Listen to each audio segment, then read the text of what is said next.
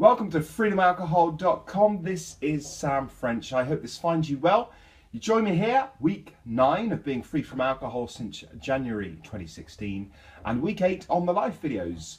And during the last month, I've been looking at the objectives setting that I have done, and hopefully I've been able to serve you in doing this as well. I hope you found this useful, and also that you are now clearer on your goals and objectives and aims in terms of being free from alcohol. Got some exciting news coming up, and during March and April I will be looking at strategy and mindsets in terms of keeping that momentum going. And indeed, during last week's video I talked about maintaining momentum and how you go about this through regular review of what you have been doing. So I want to briefly touch today on the strategy piece in terms of supporting yourself in going forward. And this very much still for me is something which is evolving and something which I am learning as I am going along. But I think in terms of a strategy, there's a number of key points which you should consider, and I have considered in terms of my freedom from alcohol. Point number 1 is about having a vision. And this all sounds very, very grand, and I would encourage you to keep it very simple. But instead of calling it vision, I'm going to call it envision, because I think a vision is something that you do. It's something that you have to practice and something that is very, very real. So for me, the overall envision has been about maximizing my potential in all that I do at work and with my family and personally in everything that I do. For you, that might be something different, but that links very, very closely to the objectives and goals which I talked about last month. And under the umbrella of the goal, for me, it's about increasing my quality of life by being free from alcohol. The restrictions of alcohol and the restrictions that alcohol placed on me whilst I was drinking consistently were significant. And I've talked about those quite openly. And so now that I'm free, I have that opportunity to really maximize my potential. So that is my vision.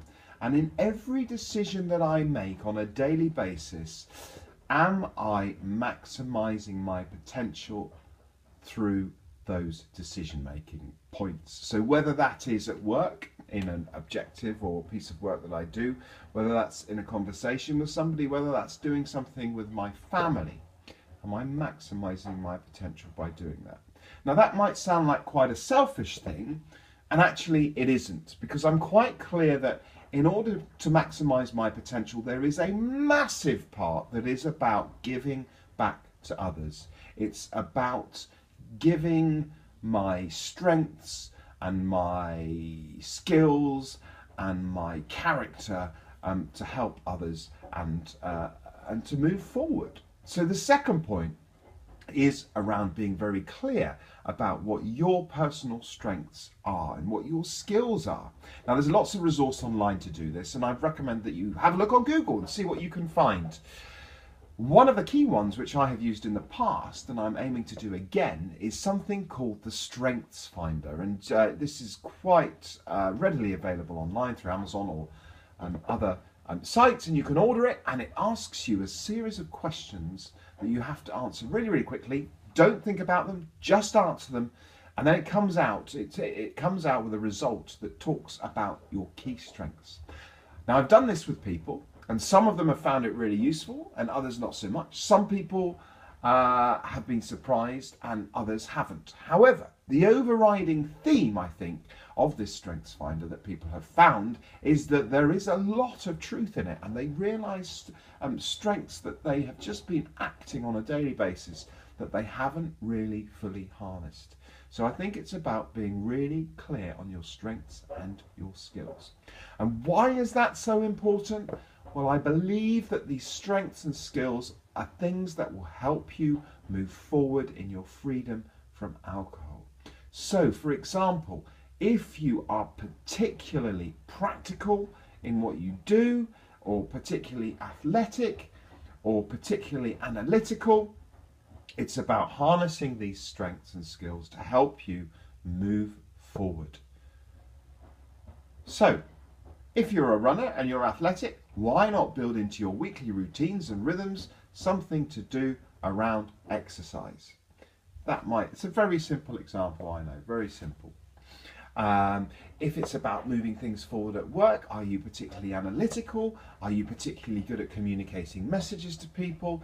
If so, how can this help you in your work life? How can this help you maximize your potential and thereby indirectly help you move forward in your freedom from alcohol?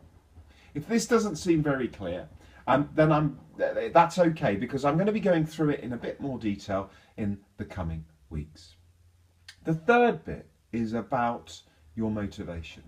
And in anything that we do in life, I believe, and this rings true, and if you think back at things that you've been successful at, they are things that you are truly motivated by and things that really genuinely inspire you and tick the things that motivate you and drive you. So this third point is around beliefs and really understanding and having an awareness of what your beliefs are, and more importantly, how they drive your decision making and the way in which you do things.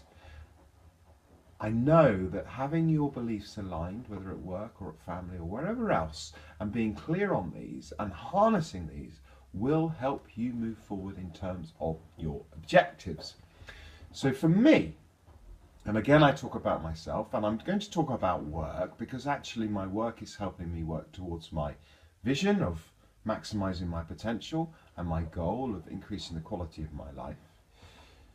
At work, for me, my strengths are around my analysis, they're around activating and doing stuff, they are around communicating to people, they are around developing people.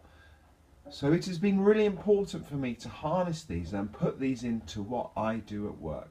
So I encourage you to think about those. And from a beliefs perspective, honesty, openness, realism, being true to myself, commitment, aiming high, they are all my personal beliefs, and they have been formed throughout my life from other people around me, from my parents, from friends, etc.